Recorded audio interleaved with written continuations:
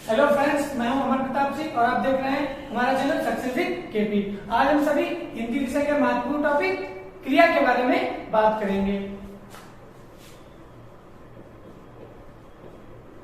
तो सबसे पहले बात आती है क्रिया किसे कहते हैं। कर्ता के द्वारा किया गया कार्य ही क्रिया कहलाता है या किसी व्यक्ति के द्वारा किया गया कार्य ही क्रिया कहलाता है। क्या कर्ता के द्वारा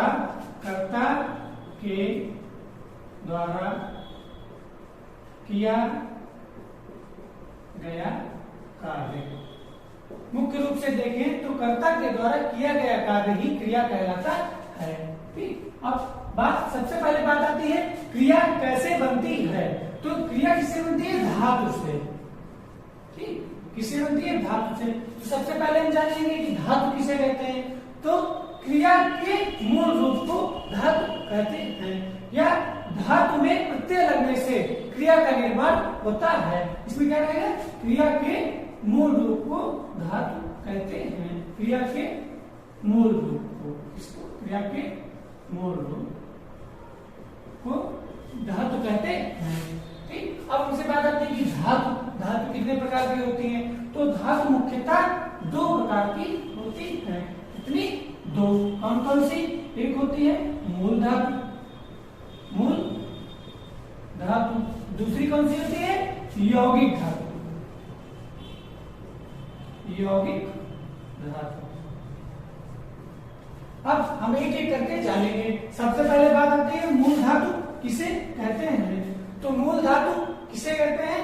जो धातुएं स्वतंत्र रूप से प्रयोग की जाती हैं वही मूल धातु कहलाती है। या हम कह सकते हैं कि स्वतंत्र धातुएं मूल धातुएं होती हैं। जैसे इसके एग्जांपल में अगर देखें तो जा, चल, पढ़, इस प्रकार की धातुएं ही मूल धातु कहलाती हैं जो पूर्णतः स्वतंत्र होती हैं।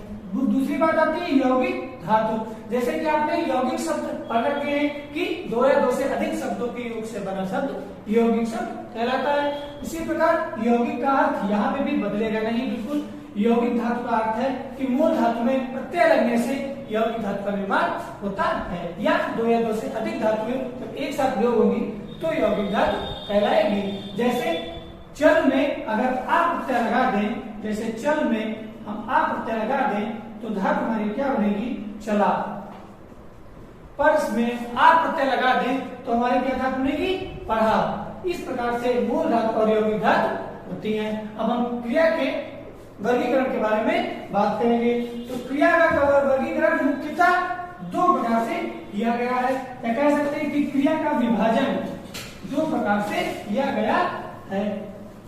नंबर 1 व्युत्पत्ति के आधार पर तथा नंबर 2 रचना के आधार पर।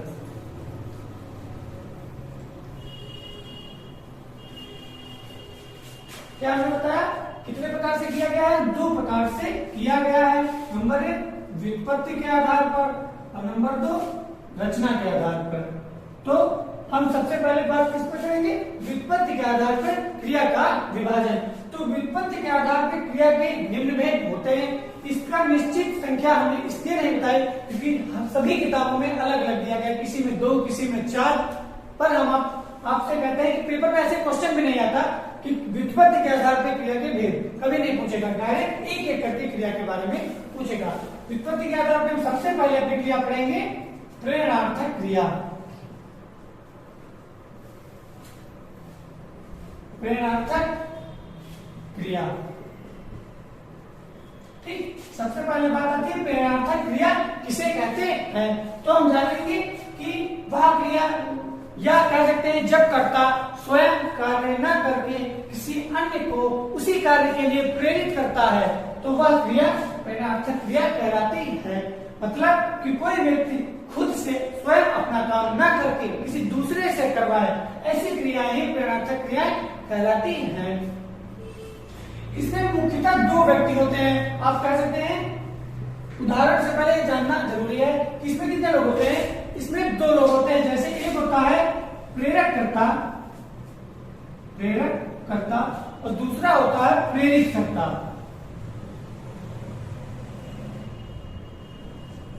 ठीक। प्रेरणात्मक क्रिया में दो लोग होते हैं, प्रेरककर्ता या प्रेरितकर्ता। प्रेरककर्ता एक से अधिक भी हो सकता है और प्रेरितकर्ता भी एक से अधिक हो सकते हैं। जैसे प्रेरककर्ता किसे कहते हैं, सबसे पहले ये जानते हैं कि प्रेरणा देने वाले को प्रेरककर्ता कहते हैं। अर्थात जिस व्यक्ति से दूसरा व्यक्ति कार्य कराएगा, मतलब अगर हम आपसे कार्य करवा रहे हैं तो हम होंगे प्रेरककर्ता, मतलब कार्य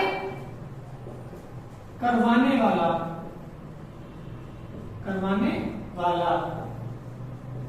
ठीक। क्या प्रेरककर्ता किसे कहेंगे, कार्य करवाने वाला।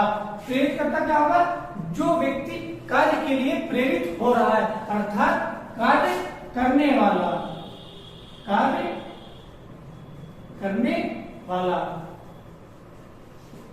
ठीक। कार्य करने वाला क्या हो जाएगा, प्रेरककर्ता, और कार्य करवाने वाला हो जाएगा प्रेरककर्ता, और कार्य करने वाला हो जाएगा प्रेरितकर्ता। अब हम जानेंगे प्रेरणात्मक क्रिया किस प्रकार से प्रयोग होती है। जैसे आप किसी से कहें कि राम श्याम से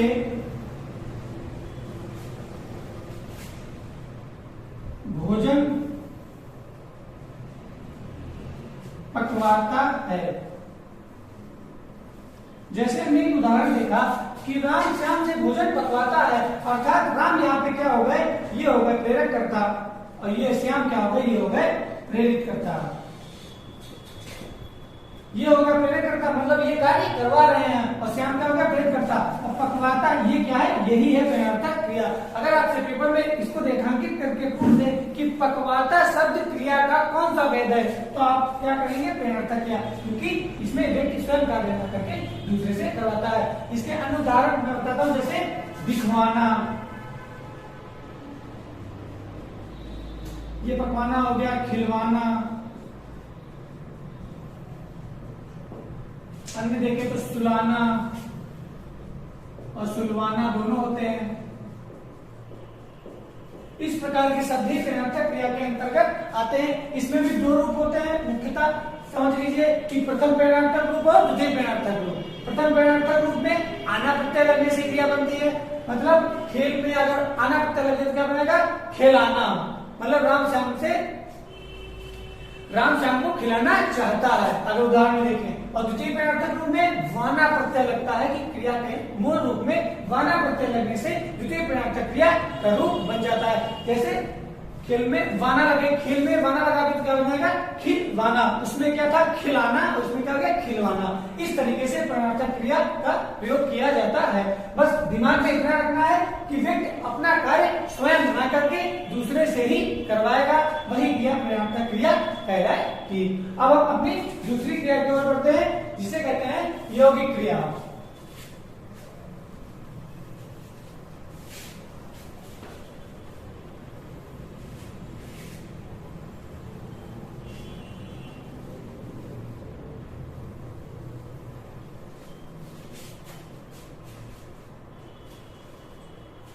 अब दूसरी हमारी कौन सी थी, नंबर 2 क्या थी, यौगिक क्रिया। दो या दो से अधिक धातुओं के योग से बनने वाली क्रिया यौगिक क्रिया कहलाती है। ये कैसे प्रयुक्त होती है, मतलब यहाँ पे दो धातुएं एक साथ प्रयोग किया जाते हैं। जैसे चलना फिरना, चलना और फिरना, आना जाना, खेलना कूदना, ठीक। अब इन्हीं शब्दों को अगर किसी वाक्य में प्रयोग किया जाए तो ये यौगिक क्रिया का ही उदाहरण होंगे। जैसे वाक्य में लिख दिया कि इस जगह पर चलना फिरना मना है, और आना जाना क्या है, राम का घर से आना जाना मना है। खेलना कूदना का क्या मतलब है, यहाँ पर सभी विद्यार्थी या ऐसे बोल सकते हैं कि इस जगह या यहाँ पर खेलना कूदना सख्त मना है। तो इस तरीके से इन क्रियाओं को वाक्य के रूप में देख सकते हैं। अब हमारे नंबर तीसरी कौन सी आएगी, नाम धातु क्रिया। क्या होगी, नाम धातु क्रिया। तीसरी नंबर की हमारी क्रिया कौन सी है, नाम धातु क्रिया। तो नाम धातु क्रिया किसे कहते हैं कि संज्ञा या विशेषण शब्द में प्रत्यय लगने से बनकर, संज्ञा या विशेषण शब्द में प्रत्यय लगने से बनने वाली क्रिया नाम धातु क्रिया कहलाती है। मतलब किसी संज्ञा शब्द हो या विशेषण शब्द हो, उसमें किसी प्रत्यय को लगने से जो शब्द बनेगा वही क्या कहलाएगी, नाम धातु क्रिया। जैसे आपने खूब सुना होगा लाठी, लाठी शब्द क्या है, ये संज्ञा शब्द है, और नीचे लिख लीजिए आप रोगी, ठीक, ये विशेषण शब्द है, ये क्या है, ये है विशेषण, ये क्या है, ये है संज्ञा। तो लाठी से अगर हम क्रिया बनाए तो लाठी से क्रिया क्या बनती है, लठियाना, लठियाना, लठियाना है तो लिख दीजिए। लाठी शब्द से अगर हम किसी प्रत्यय लगा के क्रिया बनाएंगे तो क्या बनेगी, लठियाना, और रोगी से बनती है रोगियाना, क्या बनती है, रोगियाना। लाठी से लठियाना, रोगी से रोगियाना। इस प्रकार से हम देखते हैं कि नाम धातु क्रियाएं कैसे बनती हैं। अब नंबर 4 नंबर की क्रिया देखते हैं, क्या, जिसका नाम क्या है, पूर्वकालिक क्रिया। पूर्व क्या है, पूर्वकालिक क्रिया।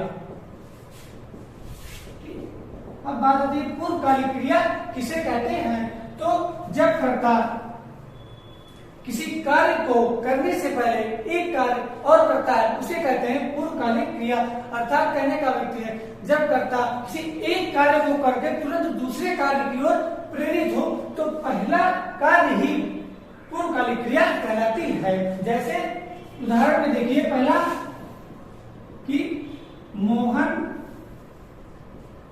पढ़कर सो गया,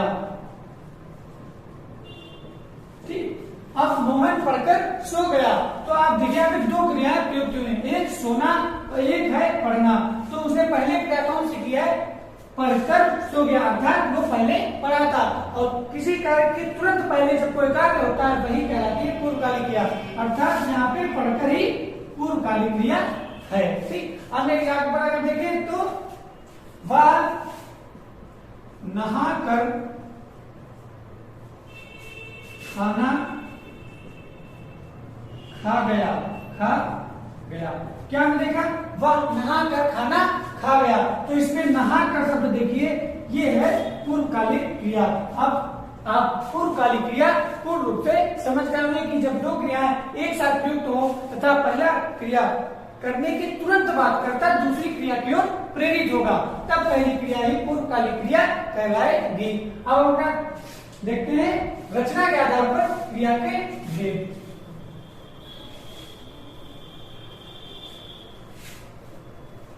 हमारी हेडिंग क्या बढ़ेगी, रचना के आधार पर क्रिया के भेद, ठीक। तो रचना के आधार पर मुख्य रूप से क्रिया के 2 भेद ही होते हैं। कौन कौन से, सकर्मक क्रिया और अकर्मक क्रिया, सकर्मक और अकर्मक। और सबसे ज्यादा क्वेश्चन भी यहीं से पूछा जाता है और सबसे ज्यादा गलती भी इसी को समझने में भी होती है, तो यहाँ से ध्यान पूर्वक समझिएगा। सबसे पहले बात आती है सकर्मक क्रिया की।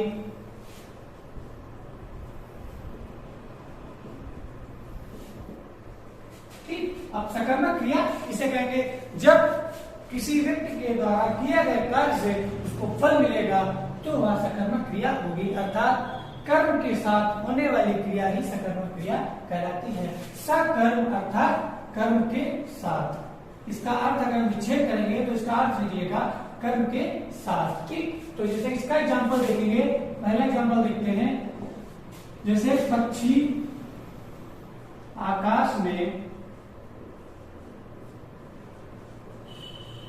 उड़ रहे हैं।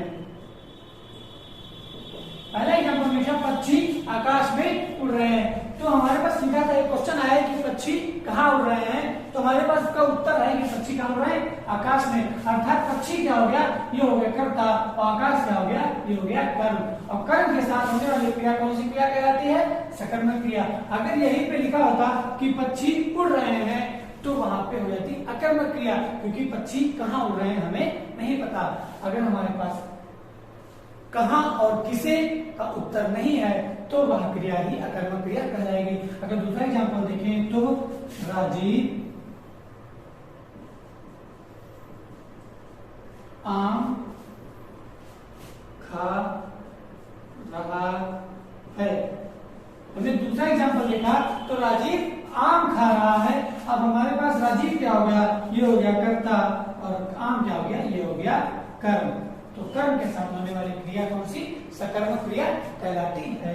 किसी भी वाक्य में आपको कंफ्यूजन हो, आप सीधे अपने मन में क्वेश्चन लीजिए कि किसे और कौन का उत्तर आपके पास है या नहीं। अगर आपके पास किसे और कौन का उत्तर मिल रहा है, किसे कौन कहाँ आदि प्रश्नों का उत्तर मिल रहा है, तो वह सकर्मक क्रिया होगी। जैसे आपसे कोई पूछ दे कि आपने वाक्य देखा कि राम खा रहा है, आप सीधा क्वेश्चन में राम क्या खा रहा है, आपके पास उत्तर नहीं है, तो क्रिया अकर्मक। ठीक, आप कोई कह दे वह जा रहा था, सीधे क्वेश्चन आया वह कहाँ जा रहा था, उत्तर नहीं है, तो अकर्मक क्रिया। अब आपसे कोई कहे वह दिल्ली जा रहा था, तो आपके पास उत्तर है, तो वह हो जाएगी सकर्मक क्रिया। यहीं पे हम दूसरा देख लेते हैं कि अकर्मक क्रिया। अकर्मक क्रिया, अकर्मक क्रिया आप समझ ही गए होंगे कि ये थी कर्म के साथ, तो ये होगी बिना कर्म के। तो बिना कर्म के साथ होने वाली क्रियाएं अकर्मक क्रियाएं कहलाती है। इसमें वाक्य में कर्ता दिया गया होगा, कार्य दिया गया होगा, लेकिन कर्म दिया नहीं गया होगा। जैसे राजीव, यही वाक्य लिखा है राजीव खा रहा है, अगर हमने ये वाक्य लिख दिया तो हमारे पास उत्तर प्रश्न आया कि राजीव क्या खा रहा है, जिसका उत्तर हमारे पास वाक्य में नहीं है, और ऐसी क्रिया ही अकर्मक क्रिया कहलाती है। और भी अगर होता तो पक्षी उड़ रहे हैं, पक्षी उड़ रहे हैं, तो जिसका उत्तर हमारे पास नहीं है। तो ऐसी वाक्य में क्रिया जो होती है कर्मक होती है, और सकर्मक में कर्म दिया रहता है। ठीक, अब हम सकर्मक क्रिया के अंतर्गत ही कुछ अन्य भेद आते हैं, उनको भी पढ़ लेते हैं। अब हम देखेंगे अपना जो हमने बताया था कि सकर्मक क्रिया का ही भेद कह सकते हैं, लेकिन ये नहीं है कि आपसे तो पूछे सकर्मक क्रिया के कितने भेद होते हैं तो आप नहीं बता सकते हैं। वो सकर्मक क्रिया के अंतर्गत इसलिए है क्योंकि उसमें भी क्रियाएं जो है सभी कर्म के साथ होती हैं। तो इसमें सबसे पहले हम कौन सी पढ़ेंगे, द्विकर्मक क्रिया। द्विकर्मक क्रिया, सबसे पहले हम पढ़ेंगे द्विकर्मक, और उसके बाद दूसरी कौन सी पढ़ेंगे, संयुक्त क्रिया। संयुक्त क्रिया, तो एक एक करके हम इनके बारे में जानते हैं। सबसे पहले बात आती है कि द्विकर्मक क्रिया किसे कहते हैं। जैसे द्विकर्म का अर्थ है कि दो कर्म के साथ, इसका अगर हम संक्षेप करेंगे कि दो कर्म के साथ, इसकी परिभाषा में क्या बनेगी कि दो कर्म के साथ होने वाली क्रिया ही द्विकर्मक क्रिया कहलाती है। जैसे इसका बढ़िया एग्जांपल देखें कि योगेश बच्चों को व्याकरण पढ़ाता है। जैसे हमने उदाहरण देखा, योगेश बच्चों को व्याकरण पढ़ाता है, तो योगेश तो होगा इसमें कर्ता, क्या हो गए, कर्ता। अब इस वाक्य में जैसा हमने बताया कि दो कर्म होंगे, तो एक कर्म हो गया बच्चे और एक कर्म हो गया व्याकरण।